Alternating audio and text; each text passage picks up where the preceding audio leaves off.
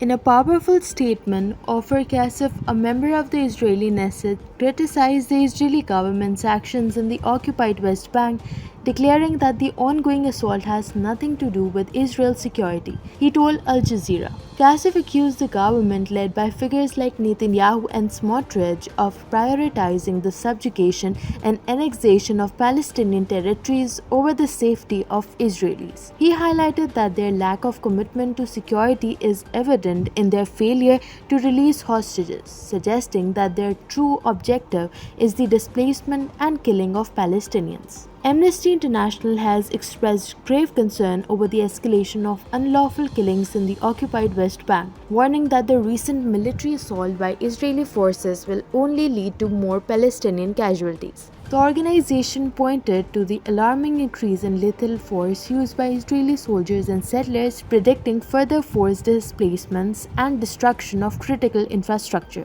Amnesty also urged Israeli authorities to ensure the protection of health facilities and personnel, emphasizing Israel's obligation as an occupying power to safeguard Palestinian lives and property. Echoing these concerns, UN Secretary General Antonio Guterres has called for an immediate halt to Israel's attacks on the occupied West Bank, including the ongoing assault on Jenin, Tulkarem, and Tubas. Guterres condemned the loss of lives, including children, and stressed the importance of protecting civilians and ensuring their access to medical care. Prime Minister Shehbaz Sharif condemned the recent deadly terrorist attacks in Balochistan as a wicked scheme by militants. During his visit to Quetta, he chaired a high-level meeting to discuss the security situation. The attacks claimed by the banned Balochistan Liberation Army resulted in at least 50 deaths, including 14 security personnel and 23 civilians. दहशतगर्द है मुल्क, दुश्मन है, उनके साथ तो कोई रायत का सवाल नहीं पैदा होता. उनके अज़ाइम को, नापाक अज़ाइम को खाक में मिलाना हम सबका एक मिली, हमारा सियासी और दीनी फ़र्ज़ है. सिर्फ इतनी बात है कि जो पाकिस्तान के आइन को मानते हैं, जो पाकिस्तान के झंडे को सलाम करते हैं, उनसे डायलॉग करना ये भी अपना एक बिल्कुल वक्त की ज़रूरत है. But we must differentiate between the two, कि जो दहशतगर्द हैं, जो पाकिस्तान दुश्मन हैं, उनके साथ ना सिर्फ कि कोई डायलॉग का सवाल नहीं पैदा होता, उनका ख़ात्मा इस मुल्क की तरक्की और खुशहाली के लिए नागुज़ीर है.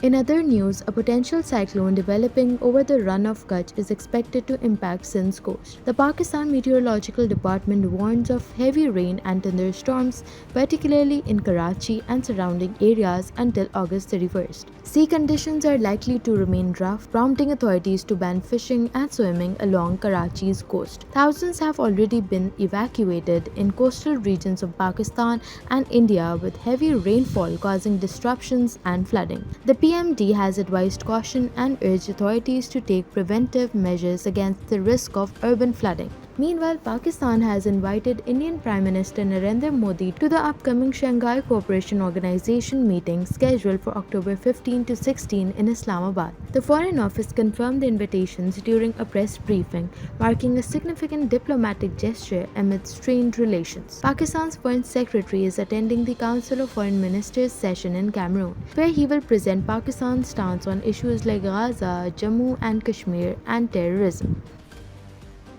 Japan is grappling with one of its strongest typhoons in decades as Typhoon Shanshan unleashed torrential rain across southern regions, leaving one person missing and at least 80 injured. The storm, which packed gusts of up to 252 km per hour, slammed into Kyushu, Japan's main southern island, early Thursday.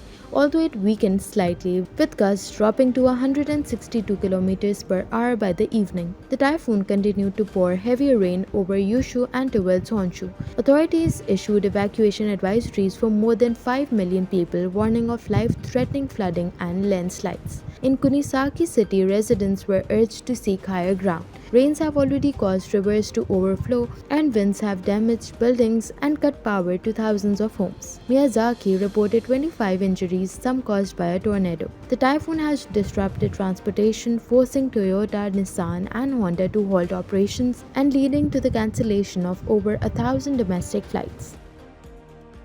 US National Security Advisor Jake Sullivan met with Chinese President Xi Jinping in Beijing, discussing future talks between President Joe Biden and Xi. Sullivan emphasized managing US-China relations to prevent conflict and highlighted Taiwan and South China Sea issues. Xi reaffirmed China's commitment to stable US-China ties despite tensions. Sullivan raised concerns about Chinese support for Russia and the need to avoid miscalculation in cyberspace. The visit before the US elections is part of ongoing efforts to address bilateral issues and maintain dialogue.